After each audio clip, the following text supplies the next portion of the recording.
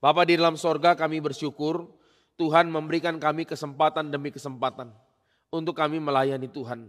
Meskipun kadangkala kami mengalami banyak tantangan, godaan, kesehatan kami juga menurun, tubuh kami mungkin ada kelemahan, mungkin juga kami ada pergumulan-pergumulan yang lain. Tapi Tuhan, kami menyadari bahwa kami ini tidak dipanggil di dalam harus sempurna baru melayani Tuhan, tapi kami dibentuk di dalam kesempurnaan bersama dengan Tuhan. Kami berjalan bersama dengan Engkau dalam banyak pergumulan kami diizinkan melayani. Ini adalah sungguh anugerah yang Tuhan beri bagi kami. Dan sebentar Tuhan, kami ingin merenungkan isi hati Tuhan. Biarlah kami sekali lagi diteguhkan, dikuatkan, dan kami boleh menjalani firman ini dalam hidup kami hari lepas hari. Terima kasih Bapa di dalam sorga, dalam nama Tuhan Yesus kami berdoa. Amin. Mari kita merenungkan firman Tuhan, kita membuka dari Matius pasal yang ke-10. Hari ini kita secara khusus akan membahas dari ayat yang ke-15. Tapi saya akan baca dari ayat 11 sampai ayat 15 buat kita. Di sini ada sebuah kontras antara orang yang menerima dan yang menolak murid-murid Tuhan Yesus ya. Jadi ada dua kontras di sini. Saya akan bacakan buat kita. Matius 10 ayat 11 sampai ayat 15. Apabila kamu masuk ke kota atau desa, carilah di situ seorang yang layak dan tinggallah padanya sampai kamu berangkat. Apabila kamu masuk rumah orang, berilah salam kepada mereka. Salam itu kayak shalom ya saudara. Shalom atau peace to you gitu, damai kepada kamu. Dan jika mereka layak menerimanya, salammu itu turun ke atasnya, menjadi realita maksudnya ya. Jika tidak, salammu itu kembali kepadamu. Dan apabila seorang tidak menerima kamu dan tidak mendengar perkataanmu, keluarlah dan tinggalkanlah rumah atau kota itu dan kebaskanlah debunya dari kakimu. Aku berkata kepadamu, sesungguhnya pada hari penghakiman, tanah Sodom dan Gomora akan lebih ringan tanggungannya daripada kota itu. Nah Bapak Ibu Saudara sekalian, 2 minggu lalu kita, atau 3 minggu lalu saudara, kita sempat membahas yang terakhir itu adalah mengenai Matius pasal 10 saudara. Kita merenungkan mengenai ada hal yang unik di dalam bagian ini.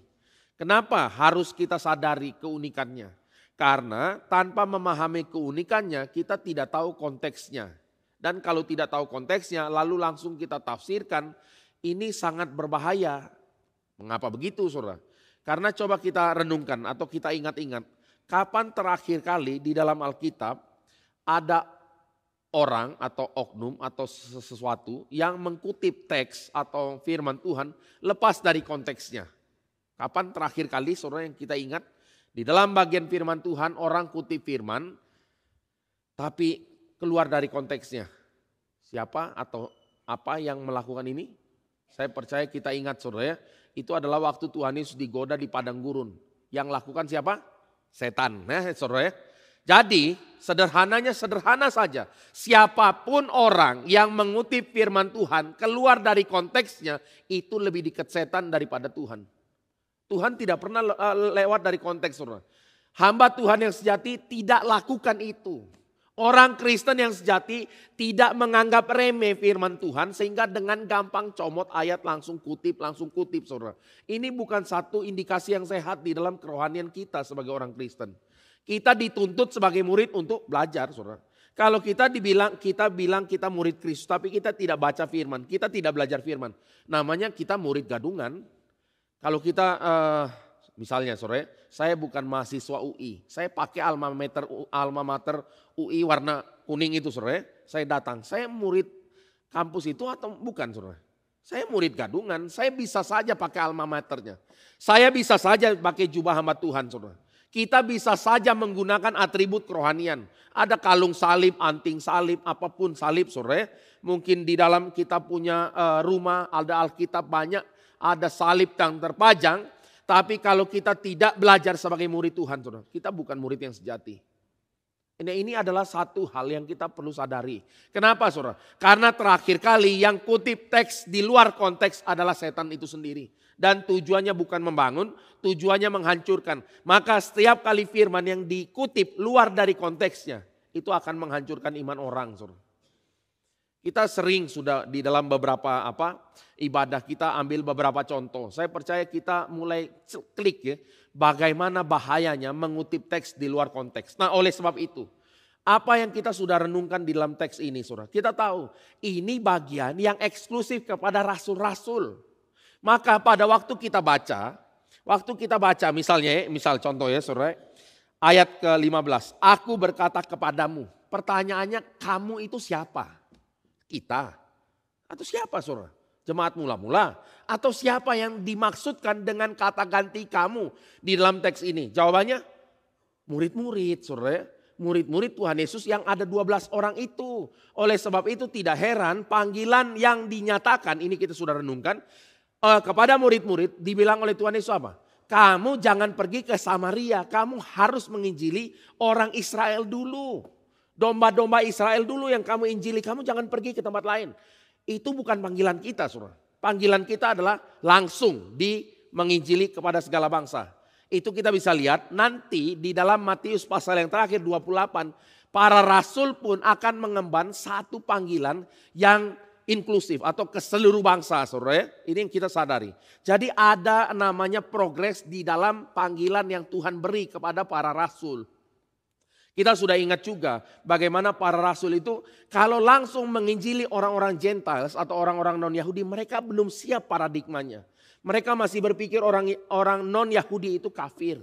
Mereka itu ada kebiasaan mengebaskan debu, Saudara. Kalau orang-orang lagi mau ziarah ke Yerusalem, mereka itu harus kebaskan debu. Bukan karena memang kotor, Saudara, tapi ada makna spiritualnya. Maksudnya tanah tempat yang lain itu tanah yang najis, tanah yang kotor.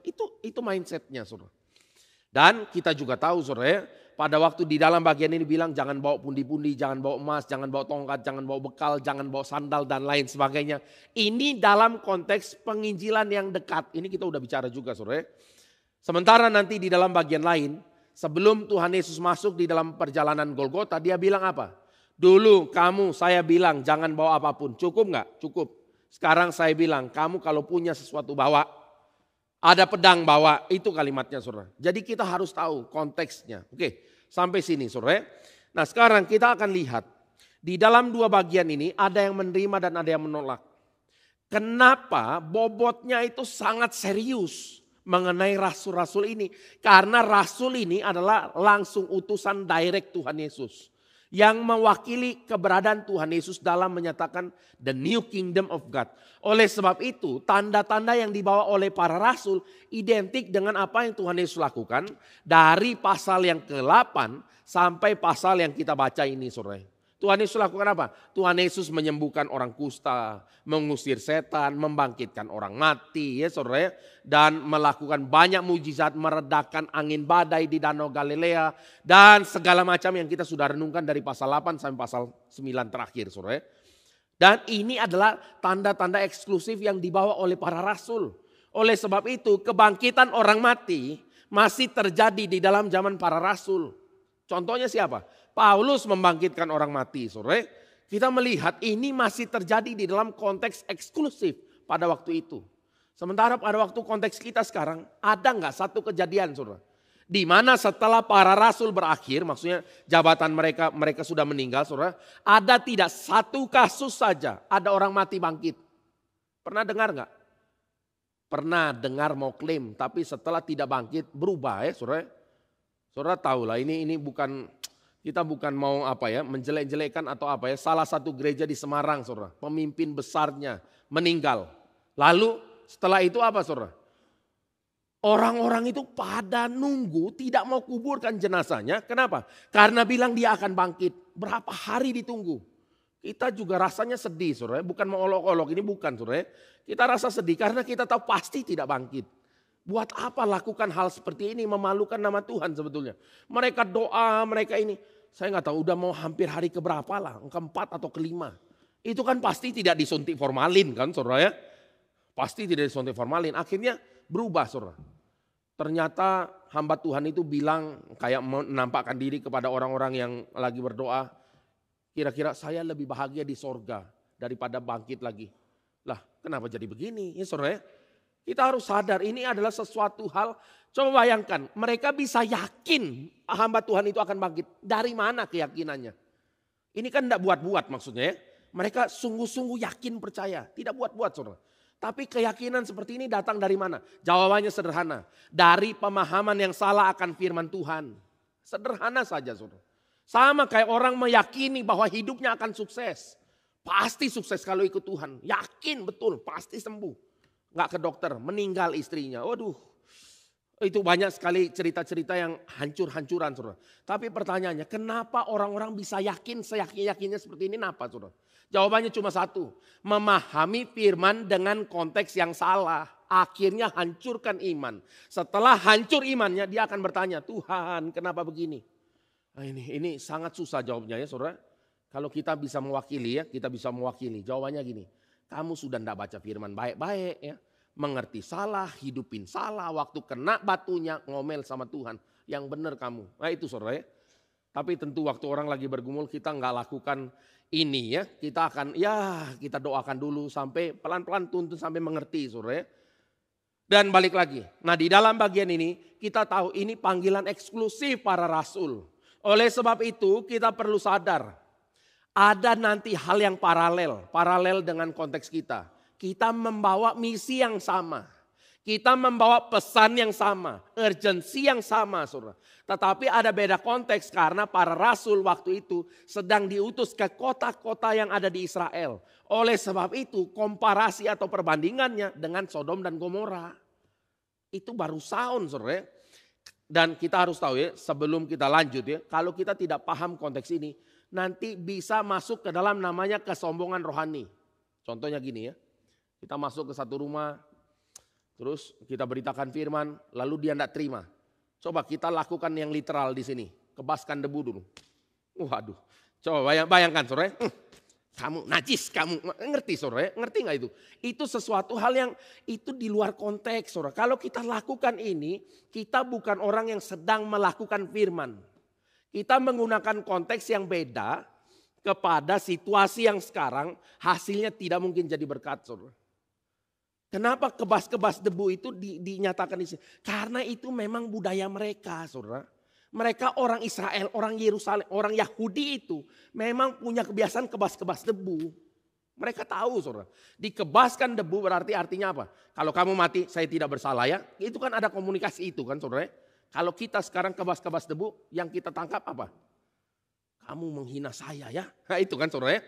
Kalau dulu orang kebas debu itu artinya saudara, saya tidak bertanggung jawab atas kamu punya kesalahan kalau kamu mati. Darahmu saya tidak tanggung. Itu ada makna itu. Kalau sekarang itu cuma kayak ya menghina saja gitu loh saudara. Maka kita harus tahu salah satunya. Yang kedua saudara, ini dibicarakan tanggungan Sodom dan Gomora lebih ringan daripada orang yang menolak pemberitaan Tuhan Yesus atau para murid. Sodom dan Gomora. Sekarang kalau kita ya, misalnya kita datang ke rumah siapa lah ya, orang yang agama Buddha, mungkin agama yang lain, latar belakang orang Indonesia ya, banyak suku di sini. Terus kita bilang sama mereka, kamu tahu tanggungan atau hukuman kamu akan lebih berat dari Sodom dan Gomora. Dia akan bilang apa?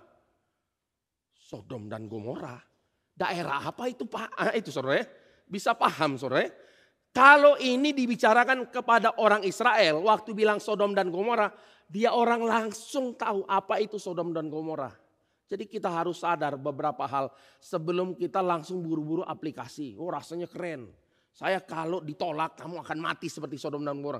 Mereka tahu aja enggak dan lain sebagainya. Enggak saudara, itu sesuatu hal yang penting. Nah sekarang saudara, bagian pertama dulu. Yaitu bagian di mana mereka diterima. Nah ini yang bagian yang penting. Salammu itu akan nyata kepada orang yang terima kamu. Peace itu namanya adalah shalom, saudara, shalom.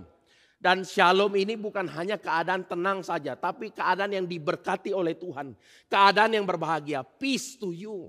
Dan saudara kita sadar, peace yang sejati itu datangnya dari mana, saudara? Damai sejahtera yang sejati datangnya dari mana? Datangnya dari cuma satu hal, apa itu? Menerima kematian dan kebangkitan Kristus. Cuma itu saja. Kalau hanya separuh, ya tahu Yesus mati, nggak ada damai sejahtera. Tahu bahwa Tuhan Yesus bangkit, tidak menghidupi kematiannya. Itu namanya teologi kemakmuran, saudara. Ada damai sejahtera? Tidak mungkin. Kenapa? Karena dia punya harapan cuma satu. Saya hidup baik-baik saja. Tapi hidup realita di dalam dunia ini banyak namanya pergumulan hidup. Dia tidak mungkin ada peace. Dia hanya akan selalu bertanya, saya sudah baik, kenapa enggak baik hidup saya? Dia tidak bisa punya peace, saudara. Tidak ada damai sejahtera. Hanya orang yang mengerti kematian dan kebangkitan Kristus. Melihat salib Kristus, tahu Kristus bertahta dan berkuasa saat ini, saudara. Mereka saja yang punya damai sejahtera. Kita coba lihat, saudara, ya. Pada waktu Tuhan Yesus mati, waktu murid-murid masih dalam keraguan, apa Yesus ini bangkit atau enggak, saudara, ya. Itu ada di dalam Yohanes pasal 20, saudara. Mereka lakukan apa pada malam hari itu? Pagi hari itu Petrus dan Yohanes sudah pergi ke kuburan Tuhan Yesus dan sudah tidak ada Tuhan Yesusnya, saudara, sudah bangkit. Mereka lakukan apa? Mereka masih kecut hatinya. Oleh sebab itu malam harinya, saudara, mereka itu berkumpul di ruangan yang tertutup, ruangan terkunci, saudara. Mereka ketakutan. Di dalam ayat firman Tuhan dikatakan apa? Mereka takut sama orang-orang Yahudi. Itu adalah sebuah realita bahwa mereka belum melihat kebangkitan Kristus sebagai suatu hal yang faktual. Maka mereka masih takut. Dan waktu Tuhan Yesus datang di dalam rumah itu, tempat yang terkunci itu, kata-kata apa yang Tuhan Yesus nyatakan? Dia bilang apa? Damai sejahtera bagi kamu sekalian. Damai sejahtera itu shalom, saudara. Itu peace, damai sejahtera bagi kamu sekalian. Dan mulai sejak saat itu, saudara, mulai ini adalah namanya titik balik iman percaya mereka satu-satu. Sejak saat itu tidak ada satu orang rasul pun yang takut sama namanya kematian. Tidak ada yang lagi takut penderitaan. Mereka tidak takut dihina, tidak takut hidupnya sulit, saudara. Kenapa? Karena mereka melihat kematian dan kebangkitan Kristus. Ini bedanya, saudara. Maka sekali lagi kita akan melihat para rasul ini membawa berita apa sih sebetulnya? Mereka sedang membawa berita tentang siapakah Kristus. Bagaimanakah natur kerajaan sorga. Dan apa yang Kristus ajarkan di dalam bagian sebelumnya. Dan nanti mereka semua orang-orang yang mendengar kesaksian daripada para rasul. Ini mereka akan mulai mendengar kepada Kristus. Jadi ini tim disebar, saudara. Tim disebar, beritakan tentang Kristus. Ke seluruh daerah kota-kota itu. Dari Israel Utara sampai nanti ke Yerusalem Israel Selatan, saudara. Dan ini akan mempersiapkan mereka untuk mengerti Yesus yang mati dan bangkit itu. Maka salammu akan tiba, saudara. Jadi salammu itu akan mereka terima. Shalom, benar-benar state of peace. Nah ini yang terjadi. Oleh sebab itu, saudara, kita memahami ada suatu kuasa yang mereka atau para murid itu bawa. Nah ini ada paralel prinsipnya dengan apa yang kita kerjakan hari ini, saudara. Natur kita juga ada bagian ini. Nanti kita masuk bagian yang itu, saudara. Nah sekarang kita mau renungkan bagian yang kedua. Kalau mereka tidak layak, mereka tidak akan dapat salammu. Mereka tidak akan dapat salam. Kalau mereka cuma hanya sekedar hospitality, mereka tidak akan dapat salammu itu. Apalagi mereka yang menolak, saudara. Di dalam ayat 15, sebetulnya ada bagian yang kita tidak bisa lihat di dalam bahasa Indonesia. Di dalam ayat 15, bahasa Indonesia ya saudara, saya baca lagi sekali, nanti saya baca bahasa Inggrisnya. Dikatakan begini, aku berkata kepadamu, sesungguhnya pada hari penghakiman tanah Sodom dan Gomora akan lebih ringan tanggungannya daripada kota itu. Oke. Di dalam bahasa aslinya ada kata amin. Kata amin di paling depan itu menyatakan sebuah penekanan. Itu seperti seolah-olah pasti terjadi. Truly. Nah ini bahasa Inggrisnya pakai kata itu ya. Saya bacain ya di dalam bahasa Inggris. Truly I say to you. Sesungguh-sungguhnya aku berkata kepadamu. Itu kalimat Tuhan Yesus, saudara. Bahwa pada waktu hari penghakiman, itu bicara hari penghakiman terakhir, saudara, tanah Sodom dan Gomora itu akan lebih ringan daripada kota yang menolak kamu datang. Makanya ini adalah referensi eksplisit kepada para murid, saudara. Menolak kamu datang, bukan kepada kita hari ini, beda konteks, saudara. Nah oleh sebab itu, saudara, saya mau kasih tahu satu bagian ya, di mana kata amin ini digunakan di dalam Matius bagian yang lain. Itu adalah Matius 5 ayat 18, saudara. Saya bacakan buat kita, saudara. Ini sampai seserius itu kata amin ini. Saya baca, ini di dalam bahasa Indonesia juga tidak kelihatan, tapi nggak apa-apa, kita sudah bahas. Karena aku berkata kepadamu, sesungguhnya selama belum lenyap langit dan bumi ini, Satu yot atau iota atau satu titik pun tidak akan ditiadakan dari hukum Taurat sebelum semuanya terjadi. Firman Tuhan digambarkan saudara di dalam bagian ini. Ini akan digenapkan sesungguh-sungguhnya. Nah itu kata amin saudara. Nah sekarang ini kadang kita menggunakan kata amin agak latah sedikit ya. Sama kayak kata-kata ini. Tuhan berkati, puji Tuhan ya. Ada apa-apa langsung puji Tuhan, amin, amin. Hati-hati saudara. Kenapa? Karena waktu kita mengatakan amin itu sebetulnya adalah ekspresi iman kita di hadapan Tuhan saudara. Ekspresi iman kita di hadapan Tuhan. Maka kita bilang amin. Kata amin itu sebenarnya punya bobot yang berat sekali. Jadi ya kita boleh mengerti bagian ini saudara. Oleh sebab itu saudara bagian berikutnya kita perlu menyadari. Waktu Matius pasal 10 ini mengutip atau merefer kepada Sodom dan Gomora. Sekarang kita mau tahu sebetulnya Sodom dan Gomora ini dosanya itu seberapa besar sih? Tapi kalau besar sekali kenapa ya Alkitab bilang dosa Sodom dan Gomora lebih ringan daripada orang yang tolak kamu. Nah ini sekarang kita perlu renungkan dulu mengenai dosa Sodom dan Gomora. Sodom dan Gomora ini adalah satu bagian. Ini selain daripada air bah, saudara ya. Air bah itu di dalam masa sebelum ya air bah. Itu adalah masa hukuman. Itu bahasa teologinya antediluvian, saudara ya. Pada masa sebelum air bah terjadi. Itu adalah pertunjukan murka Tuhan kepada publik. Seluruh umat manusia, saudara. Bahwa Tuhan menghakimi. Tetapi di dalam konteks Timur Dekat kuno. Yang menjadi pertunjukan kehangatan murka Tuhan. Dahsyatnya hukuman Tuhan saudara. Seriusnya tuntutan keadilan Tuhan. Apa? Sodom dan Gomora. Selalu Sodom dan Gomora. Bukan refer ke Menara Babel saudara. Menara Babel itu dalam tanda kutip cuma dikacaukan Tuhan saja. Jadi banyak bahasa. Tapi Sodom dan Gomora hangus. Hilang saudara. Tidak ada lagi Sodom dan Gomora. Sehingga Sodom dan Gomora ini kalau muncul di dalam perjanjian lama dia punya dua konotasi. Satu penghakiman Tuhan ya, yang akan dikerjakan kepada di Sodom dan Gomora. Yang kedua kejahatan kota Sodom dan Gomora. Saudara saya akan ajak kita lihat sedikit-sedikit ya saudara sebelum kita renungkan nanti tentang Lot dan Abraham. Saya ajak kita lihat ya, Yudas saudara. Yudas surat Yudas ayat yang ke-7. Cuma ada satu pasal saudara ya. Yudas ayat yang ke-7. Saya baca di dalam ayat yang ke-7. Sama seperti Sodom dan Gomora dan kota-kota sekitarnya. Yang dengan cara yang sama melakukan percabulan dan mengejar kepuasan-kepuasan yang tidak wajar. Homoseksual saudara. Telah menanggung siksaan api kekal sebagai peringatan kepada semua orang. Berarti Sodom dan Gomora ini adalah menjadi suatu peringatan bagi semua orang. Sama seperti kasus di dalam perjanjian baru yang itu mengenai Ananias dan Safira. Mati karena mereka menipu daripada umat Tuhan saudara. Itu adalah pertunjukan awal-awal. Jadi Sodom ini dan Gomora ini bukan peristiwa biasa saja, bukan saudara. Tapi ini peristiwa yang menjadi peringatan karena apa? Kejahatan orang Sodom. Singkat cerita saudara ya. Sekarang kita mau merenungkan apa yang terjadi di Sodom dan Gomora saudara. Nah sebelum itu sangat baik kalau kita membandingkan antara Abraham dan Lot di dalam Kejadian 18 dan 19. Kita perlu sadar satu hal saudara. Pada waktu kita membaca bagian itu saya harap kita masih ingat lah ya saudara. Ada perbedaan signifikan antara Abraham sama Lot. Kalau kita lihat di bagian awal-awal, Abraham duduk di bawah pohon ya saudara. Di bawah pohon karena dia itu tinggalnya di kemah saudara. Kemah itu adalah status orang yang nomaden.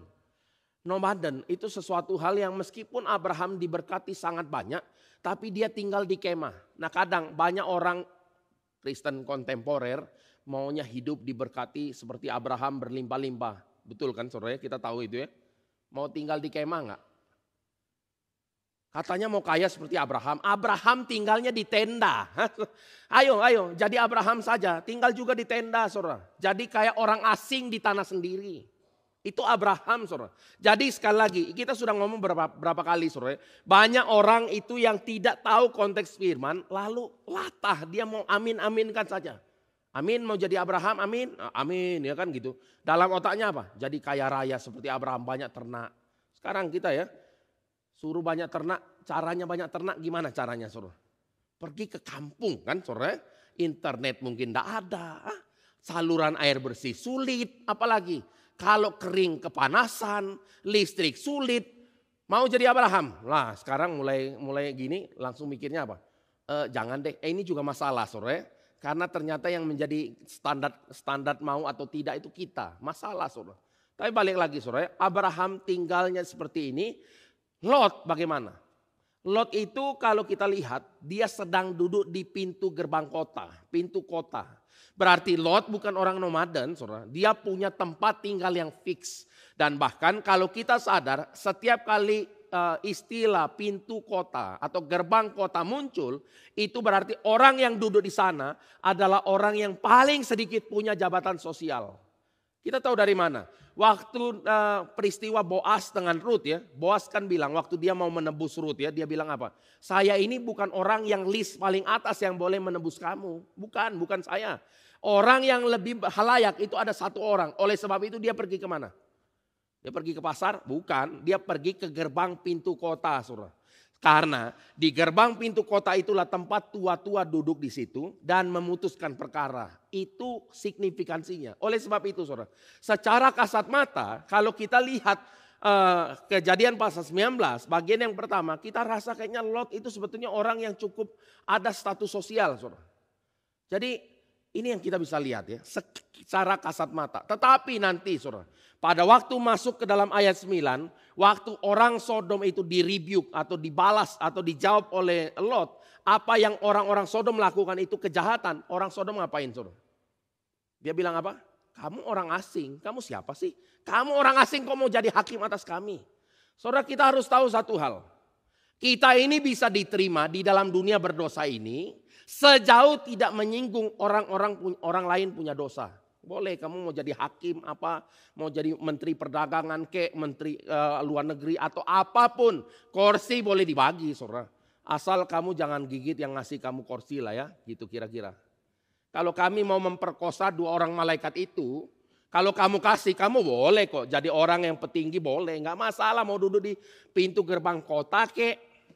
Kalau kita mau lanjutin, mau duduk di atap rumah kek, kan saudara, nggak peduli silakan saja. Yang penting apa? Jangan ganggu kami punya dosa. Kami mau hidup nyaman. Kalau kami kompromi, jangan tegur-tegur deh, sudahlah, tutup mata saja. Itu kira-kira saudara. Oleh sebab itu, waktu Lot tegur saudara, orang Sodom marah. Orang Sodom bilang, kamu orang asing, kamu ngapain kamu? Kamu jadi hakim atas kami? Oh tidak, langsung digeruduk rumahnya saudara. Itu yang terjadi. Oleh sebab itu sampai bagian ini kita harus sadar satu hal saudara. Kita sadar apa? Kehidupan Lot adalah kehidupan yang sangat-sangat menyedihkan. Apa menyedihkan? Karena satu sisi meskipun dia kelihatan secara fenomena ada kekayaan. Dia ada status sosial. Tapi dia tidak memenangkan satu orang pun saudara. Dan bukan hanya itu. Waktu nanti diperingatkan oleh para malaikat. Malaikat itu sudah memperingati. Lalu peringatin, kamu sudah dapat belas kasihan Tuhan. Ayo ajak kerabatmu, ayo kita keluar. Karena kota ini akan ditunggang balikan Tuhan. Lalu waktu Lot ngomong sama calon menantunya bisa tertawain Lot. Saudara ya, ini kita jangan bayangkan zaman sekarang. Memang zaman sekarang udah lebih parah dari Sodom dan Gomora. Saudara ya. Anak-anak mentertawakan orang tua. Menantu, ini saya nggak tahu. Sampai hari ini pun agak jarang terjadi saudara ya. Calon menantu tertawain calon mertua. Bisa terjadi nggak saudara? Ya, bapak mertua ini bilang sesuatu lalu calon menantu itu bilang ketawain gitulah meremehkan saudara ya. Kira-kira bakal dipecat lah saudara ya. Kamu calon menantu bagaimana kamu enggak? Itu. Tapi saudara yang terjadi di mata calon menantunya, Lot pun bukan siapa-siapa saudara. Dan waktu mereka mau pergi, mereka juga tidak bawa satu hal apapun karena perginya buru-buru. Kenapa Lot lambat-lambat saudara? Mungkin barangnya banyak saudara. Kalau enggak ada apa-apa saudara, mau berangkat gampang enggak? Gampang saudara, karena tidak ada yang dibawa saudara, gampang. Tapi kalau banyak barangnya saudara, pindahannya jadi lama enggak? Lama saudara. Saya nggak tahu apa alasannya ya saudara. Dan apa alasannya istri dari Lot itu menoleh ke belakang. Mungkin barang di rumah banyak saudara. Jadi tidak bisa jalan, Anda rela. Saya punya hobi koleksi ini ada, ono ada, ini ada. Masa ditinggal semua? Jadi noleh lah, mati saudara terus ya. Jadi kita akan lihat kesia-siaan yang dihidupi oleh Lot. Tapi Bapak Ibu Saudara sekalian, kita harus tahu bahwa Alkitab di dalam 2 Petrus pasal 2 mengatakan bahwa Lot itu adalah orang benar yang hatinya tersiksa. Maka kasihan sekali Lot ini. Satu sisi saudara, dia mungkin mencintai status, dia mencintai tempat itu. Tapi sisi lain hatinya tersiksa. Seperti orang benar yang disuruh kompromi. Bisa tahan enggak saudara? Nggak bisa saudara. Ini sama yang terjadi waktu kerja kali pertama saudara. Saya kerja di sebuah perusahaan sales mobil ya, jualan mobil. Karena terlalu dekat sama atasan saudara. Atasan itu minta kita buat nota ganda. Saya enggak mau saudara. Hati saya luka. Saya enggak berani ngomong. Kenapa? Karena itu teman baiknya koko saya. Terlalu dekat saudara. Jadi kita ini masih karyawan yang baru 1 bulan. Diajak makannya ke sushi teh ya kayak gitu-gitu saudara. Jadi satu sisi waktu udah makan sushi teh kan enak saudara. Jadi kadang mau ngomong itu juga tambah gak enak hati saudara. Akhirnya yang saya lakukan apa? Nggak berani kan? Akhirnya putuskan resign, keluar. Kerja cuma 3,5 bulan saudara. Resign, kenapa saudara? Karena hati nggak enak. Tapi coba dipaksa terus. Bisa nggak? Nggak enak loh saudara. Kita tahu ya ini salah satu pekerjaan sales yang paling susah. Yang saya mengerti saudara. Yaitu sales mobil itu kerja hari Minggu. Kita punya kepala cabang bilang gini. Inilah memang manusia saudara. Dia bilang gini. Kan kita... Ini dia Katolik saudara, dia bilang gini, kan kita bekerja, kita ke gereja, itu kan ibadah. Betul enggak saudara? Betul kan saudara ya? Mau kerja kek, mau urusan keluarga memang ibadah. Tapi saudara, kita ini hatinya enggak enak. Kenapa? Karena kita buru-buru pulang saudara. Habis ibadah langsung jualan ya. Cobalah tadi kita lagi doa Tuhan, kehendakmu yang jadi. Pulang langsung jualan. Kayaknya ada 2 dunia yang agak beda saudara. Dan kita mulai bagi brosur di hari Minggu itu. Hatinya luka saudara. Meskipun saya tetap ibadah. Tapi saya harus dipaksa jualan hari Minggu. Saya tidak rela saudara. Saya bilang saya jualan hari lain saja. Tidak bisa. Ini sudah jadwal dia bilang. Ya itulah membuat hati kita luka saudara. Saya nggak tahu apa yang dialami Lot. Dan seluruh orang benar lain yang hidupnya terpaksa dikondisikan kompromi. Saya percaya hati nuraninya luka saudara. Hati nuraninya berapa lama sih bisa kuat saudara untuk menjalani hal yang tidak sesuai dengan kehendak Tuhan. Saya percaya hatinya luka. Nah inilah oleh sebab itu Lot dibilang Alkitab itu kategori orang benar karena hatinya meraung-raung saudara. Tapi bukan hanya itu Bapak Ibu saudara sekalian. Kita harus tahu pada waktu dibandingkan antara Matius dengan Sodom dan dengan Kejadian pasal 19 ada sesuatu hal yang paralel di sini. Apa itu yang paralel? Yang paralel adalah pada waktu Lot bertemu dengan 2 orang malaikat itu, Lot mengajak 2 orang ini untuk masuk ke rumahnya. Seperti di dalam Matius pasal 10, para rasul itu berdua itu masuk ke dalam rumah 1 orang. Jadi ada hospitality, saudara. Hospitality ini adalah satu bagian kode etik yang salah satu paling tinggi, apalagi di dalam wilayah timur dekat kuno. Kita di dalam situasi kontemporer saja masih ada hal yang kita bisa ingat. Saudara mungkin tahu ya, satu film yang diangkat dari kisah nyata judulnya Lone Survivor. Itu adalah kisah di mana pasukan Amerika waktu perang melawan Taliban, saudara, ada 1 yang terluka tapi tidak mati, saudara. Lalu diselamatkan oleh peternak yang ada di wilayah Afghanistan itu. Dibawa ke rumah saudara, lalu dirawat dan orang Taliban itu tahu dan paksa mau nyerang 1 kota itu saudara, 1 dusun itu. Dan mulai orang-orang dusun itu bilang ayo serahkan saja orang ini. Dan orang yang nampung daripada orang yang tadi yang luka itu dia bilang tidak bisa. Kita punya kode etik, kita harus mempertahankan dia meskipun 1 kota habis. Itu kode etiknya saudara. Tapi kita coba lihat ya. Orang Sodom yang tahu kode etik ini, mereka bukan orang lain saudara. Mereka tahu kode etik ini, apa yang dilakukan orang Sodom. Orang Sodom itu tahu 2 orang ini datang, lalu digambarkan di dalam Kejadian pasal 19. Semua laki-laki di kota Sodom dan Gomora itu saudara, di kota Sodom ya. Mereka dari tua sampai kecil, kelilingi rumahnya Lot saudara. Itu implicit meaning rumah Lot harusnya cukup gede, saudara. Kenapa? Karena butuh orang sekota untuk kelilingi rumah Lot. Saya nggak tahu berapa hektar ya, saudara. Dikelilingi rumah Lot ya, dikelilingi. Dan kemudian setelah dikelilingi, saudara, itu digedor-gedor. Lot, di mana dua orang itu? Langsung mereka tidak tunggu jawaban Lot, langsung bilang, bawa keluar dua orang ini. Kami mau pakai mereka.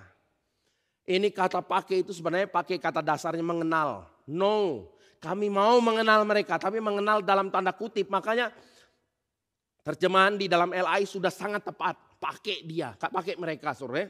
Dan ini menyatakan apa?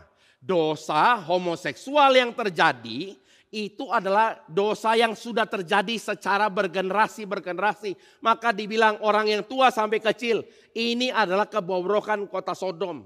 Dan yang mereka lakukan tidak peduli dengan orang asing yang datang. Mereka mau meniduri dan memperkosa dua orang ini, saudara. Dan mereka kepung itu semua. Itu kesalahan atau yang terjadi dengan Sodom. Coba bayangkan, ini evil banget gak? Ini evilnya banget saudara. Dan bukan hanya itu saudara. Mereka setelah itu paksa. Dan setelah paksa mau geruduk ya, mau dijebol pintunya. Didobrak saudara. Lalu malaikat itu interupsi saudara. Mereka dibuat buta. Bapak ibu saudara sekalian coba pikir secara psikologi manusia ya. Kalau kita ini kita bukan pembuat kejahatan tapi katakanlah ada orang yang lagi berbuat kejahatan saudara. Lalu tiba-tiba waktu lagi mau curi saudara. Serahkan uangmu misalnya, ini botol aqua gak menakutkan saudara. Tapi waktu dibilang serahkan uangmu ya. Mata aja buta, gak bisa lihat. Apa yang dilakukan orang itu? Nangis kek, panik kek, apa kek ya kan saudara. Tapi digambarkan di dalam konteks Sodom dan Gomora, mereka tetap cari-cari malaikat itu tapi tidak bisa ketemu. Mata butek-butek itu tetap cari saudara. Ini namanya dosa yang sudah berakar kuat. Ini kota Sodom. Nah sebelum kita balik ke Matius saudara, kita perlu sadar. Kita sekarang tinggal di kota yang seperti apa saudara. Bandung. Satu kota yang tidak begitu baik juga. Kenapa saudara? Karena kita tahu kok tingkat pergaulan bebasnya tinggi sekali. Tingkat penyakit menular seksual tinggi sekali. Saudara. Kalau orang semua setia, tidak ada penyakit seksual saudara. Kalau orang tidak ada pergaulan bebas, tidak ada penyakit seksual semacam itu. Penyakit seksual menular karena perilaku seksual yang tidak baik saudara. Bukan hanya itu, AIDS-nya salah satu yang paling tinggi di Indonesia. Saya nggak tahu yang lain, mungkin Sorong, Papua. Tapi ini salah satu yang paling tinggi, saudara. Dan itu di kalangan mana, saudara? Di kalangan pemuda-pemudi, saudara. Itu banyak sekali di kalangan mahasiswa-mahasiswi. Itu terjadi begitu masifnya, hancur bobrok sudah, saudara. Dan kita tinggal di tengah generasi seperti ini, saudara. Saya percaya kita juga hatinya merana, saudara. Kita punya hati juga terluka. Tapi kita beda dengan Lot. Kenapa saudara? Karena waktu Lot memberitakan kebenaran. Waktu dia mengalami hati yang luka. Dia belum tahu siapakah Kristus. Belum ada kuasa Kristus yang membawa orang dari Sodom itu kembali kepada Tuhan. Belum ada saudara. Tapi beda dengan kita hari ini saudara. Apa itu? Kita tahu siapa Kristus. Dia adalah Allah jadi manusia. Mati, bangkit. Kita tahu kuasa dari Roh Kudus yang memberikan kita hikmat dalam berkata-kata pada waktu kita harus bicara, saudara. Kita tahu bagian ini, saudara. Maka itu tidak heran. Pada waktu di dalam Matius pasal yang ke-10 ayat 15. Yang ada di sini maksudnya ya, para rasul yang memberitakan tentang Yesus Kristus, juru selamat manusia, raja di atas segala raja. Yang berkuasa itu yang sudah kita renungkan saudara dari Matius 1 itu lebih besar daripada penciptaan langit dan bumi. Musa yang baru, Israel yang baru lebih berkuasa atas segala dosa, setan, penyakit dan semua saudara. Ini yang ada. Dan mereka waktu beritakan Kristus ditolak. Wah, makanya tidak heran dalam tanda kutip ya maksudnya. Kita tidak heran kenapa bagian ini sangat serius mengatakan kalau kamu ditolak kamu harus tahu bahwa orang yang menolak kamu dosa mereka lebih besar daripada orang Sodom dan Gomora yang menggeruduk rumahnya Lot yang paksa dua malaikat itu keluar untuk mereka perkosa. Dosanya lebih berat. Kenapa? Karena yang ada di sini adalah utusan sang raja itu sendiri. Saudara kita tahu ya kalau di dalam ini film-film silat saudara. Kalau utusan datang lalu dibunuh, itu menghina raja yang utus utusan itu, saudara. Kira-kira begini, saudara. Oleh sebab ini, inilah bagian yang kita boleh renungkan pada pagi hari ini. Dan Bapak Ibu Saudara sekalian, sekarang kita masuk di dalam bagian yang ketiga. Lalu ada paralelitasnya enggak dengan kita saat ini, saudara? Murid-murid punya beban seperti itu. Kita ada beda atau ada samanya, saudara? Bedanya ada, saudara. Bedanya apa? Kita bukan orang yang diutus secara eksklusif seperti para rasul untuk masuk ke kota-kota Israel. Tidak. Kita diutus di dalam konteks yang inklusif ke seluruh bumi. Segala bangsa, segala bahasa, kita diutus ke sana, saudara. Tapi prinsipnya sama. Apa itu? Pada waktu kita memberitakan tentang kebenaran, tentang Kristus, kita bawa dua berita utama, pengampunan atau konfirmasi penghakiman. Sekali lagi, saudara, pengampunan atau konfirmasi penghakiman. Saudara, kita harus tahu kalau kita lihat dari Alkitab, dari Kejadian mula-mula, saudara, dan seluruh bagian firman Tuhan, kita akan selalu menemukan satu kesamaan, satu buah pola. Sebelum orang itu dihukum, Tuhan selalu saja memberikan satu peringatan. Tidak pernah enggak, saudara. Adam sebelum jatuh sudah dikasih tahu jangan makan. Kain sebelum jatuh sudah kasih tahu, kamu harus berkuasa atas kamu punya godaan. Lalu apalagi, saudara? Kita bisa renungkan mengenai misalnya Israel sebelum mereka dibuang sudah dikasih tahu itu di dalam Ulangan pasal 28 dan 29 ya, berkat dan kutuk. Kalau kamu tidak melakukan firman-firman ini, kamu akan dibuang. Itu sudah ada, saudara. Nabi-nabi berkali-kali kasih peringatan, akhirnya dibuang juga. Kenapa, saudara? Karena tidak mengindahkan peringatan Tuhan. Bagaimana dengan bangsa yang tidak kenal Tuhan? Kalau kita lihat kitab Yosua, saudara, kita lihat ini adalah sebuah konfirmasi terakhir sebelum bangsa-bangsa itu ditaklukkan. Salah satu yang jadi riset saya adalah, ini kan lagi ambil S3, saudara. Salah satu yang saya analisa adalah kasus orang Gibeon itu menjadi konfirmasi terakhir sebelum koalisi raja-raja Israel utara, raja-raja Kanaan utara dan Kanaan selatan itu di bumi hanguskan oleh Israel. Kenapa? Karena Gibeon ini meskipun dengan tipu muslihat, mereka sedang mengakui kebesaran Tuhan dan mereka bertobat, saudara. Dalam tanda kutip lah ya. Mereka akhirnya tunduk sama Israel. Dan setelah mereka tunduk, apa yang dilakukan oleh bangsa-bangsa koalisi itu? Mereka mau menghancurkan Gibeon, saudara. Itu menjadi konfirmasi terakhir sebelum mereka dilululantakkan.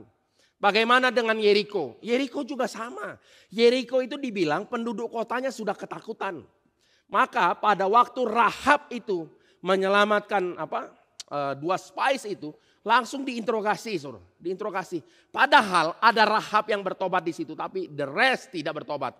Kita tahu ini adalah kasus konfirmasi penghukuman mereka, saudara. Tidak ada pertobatan. Oleh sebab itu sadar enggak, saudara, waktu kita membawa berita Kristus, kita ini bawa dengan dignity, saudara. Saya nggak tahu kita punya rasa dignity sebagai orang percaya bagaimana. Saya percaya kalau kita menghidupi firman Tuhan ada dignity. Maksudnya kita tidak malu.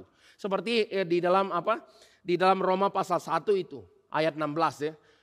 Injil itu saya tidak malu kata Paulus. Kalau dalam Indonesia keyakinan kokoh. Tapi dalam bahasa Inggris I am not ashamed daripada gospel, saudara ya. Jadi kita akan lihat ini adalah konfirmasi penghakiman. Jadi sadar enggak, saudara, waktu kita beritakan firman, kita ini menjadi alat di tangan Tuhan untuk menyatakan pengampunan Tuhan atau untuk menyatakan sebuah konfirmasi penghakiman Tuhan. Saya percaya kalau kita ini sungguh-sungguh sudah menghidupi firman, saudara, kita memberitakan itu dengan satu kuasa. Lain halnya kalau kita tahu firman tapi kita tidak hidupi. Satu sisi kita mau bilang murid Tuhan, tapi hidupnya tidak murid Tuhan. Tidak akan ada kuasa dalam omongan kita, saudara. Tidak mungkin ada kuasa. Kita mau menarik orang kepada pertobatan, kita tidak bertobat, saudara. Kita suruh orang hidup jujur, kita ikut korupsi, kita ikut suap, kita ikut lakukan segala perselingkuhan, imoralitas. Tidak mungkin ada kuasa. Tidak mungkin, saudara. Tapi kalau kita adalah pelaku firman, dan kita panggil orang bertobat, ada kuasa daripada Tuhan. Nah ini yang kita perlu gumulkan, saudara. Mungkin satu ilustrasi lah ya. Ya, satu kali waktu saya SMA, saudara, terlibat di dalam satu multi level marketing, saudara. Untuk kategori anak SMA, waktu itu lumayan ya. Saya punya bonus udah berapa ya? Nah, ini susah, digitnya 1 digit saudara ya, lumayan nih saudara ya. Anak SMA ini. Dan dari dulu hemat, akhirnya semua jadi perangko. Singkat cerita saudara, waktu itu saudara, kenapa saya bisa lumayan sukses jualan? Karena saya dulu waktu SMA pernah ditensi, tinggi darahnya sampai 190. Yang ngetes tuh agak shock ya. Kamu masih hidup? Kira-kira gitu saudara ya. Masih lah, masih sehat saudara ya. Dites lagi 2-3 kali dia tes, dia normal, saya kok 190. Lalu singkat cerita saya minum 1 teh dari 1 produk multi level marketing. Minum teh 3 bulan turun normal saudara. Nah setelah itu saya kan ikut multi level ini. Saya jualan teh. Laku. Khususnya kepada bapak ibu yang punya darah tinggi. Habis ini jangan tanya ya Pak tehnya apa. Saya enggak ngomong saudara ya. Saya enggak ngomong. Tapi balik lagi saudara. Saya punya kadar darah normal. Dan setiap kali saya bilang minum ini Pak. Saya sendiri 3 bulan normal. Beli, langsung beli. Sudah gampang saudara. Tapi kalau saya enggak pernah coba, saya bilang, Pak minum ini. Katanya 3 bulan normal. Kalau pakai katanya ini enggak powerful saudara ya. Oleh sebab itu saudara, ini agak mirip lah ya. Pada waktu kita memberitakan firman, kalau ada dignity kita menghidupi firman. Tentu saya tidak ngomong kita sempurna, tapi kita ada pergumulan naik, turun, jatuh, bangun. Terus bergumul, ikut Tuhan, sangkal diri, pikul salib, ikut dia saudara. Kita akan diberi kuasa daripada Tuhan untuk memberitakan kebenaran firman Tuhan. Dan orang yang dengar akan sadar 2 realita. Hari waktu kita beritakan itu hari Tuhan mau mengampuni. Tapi kalau dia tolak itu hari konfirmasi. Salah satu konfirmasi penghakiman dia. Kalau dia tidak bertobat di kali ke depan. Saudara. Dan biarlah Bapak Ibu Saudara sekalian. Kita menyadari sekarang bobot di tangan kita ini berat. Saudara. Kita ini seolah-olah membawa nyawa manusia. Seolah-olah saudara. Karena Tuhan pakai kita menjadi sarana untuk bawa orang ke dalam sorga. Atau konfirmasi mereka masuk dalam penghakiman yang kekal. Dan biarlah setelah kita merenungkan ini, mari kita renungkan lagi hidup kita saudara. Biarlah kita sungguh-sungguh mengikut dia. Biarlah kita makin cinta Tuhan dan saya percaya makin cinta Tuhan. Kita akan melihat lebih serius lagi perintah Tuhan untuk kita membawa kebenaran firman. Supaya segala bangsa mendengar firman Tuhan dan percaya kepada dia. Biarlah kita bergumul terus menerus dan kita dibaharukan hidup kita. Mari kita berdoa. Bapa di dalam sorga kami bersyukur pada pagi ini Tuhan. Sekali lagi kami boleh merenungkan betapa seriusnya panggilan kami. Betapa urgentnya panggilan ini Tuhan. Kami berdoa biarlah Tuhan berikan kuasa firman dalam mulut kami. Dan biarlah kami boleh menghidupi firman dalam hidup kami. Sehingga firman yang berkuasa itu boleh menawan hati orang-orang yang mendengarkan kebenaran firman Tuhan. Sehingga mereka boleh berbalik, mereka boleh menyesal dan meratapi dosa mereka. Dan mereka boleh percaya kepada Kristus Yesus Tuhan sebagai Tuhan dan Juru Selamat. Dan mereka boleh ditebus dan diselamatkan. Kami berdoa Tuhan kiranya berilah belas kasihan itu kepada setiap kami. Supaya kami juga boleh menghidupi kebenaran sesuai dengan yang firman nyatakan. Jangan biarkan kami hidup di dalam fragmentasi firman. Dalam konteks yang salah. Yang menghancurkan iman percaya kami. Kiranya Tuhan tolong dan berikan belas kasihan-Mu. Hanya di dalam nama Tuhan Yesus Kristus kami berdoa. Amin.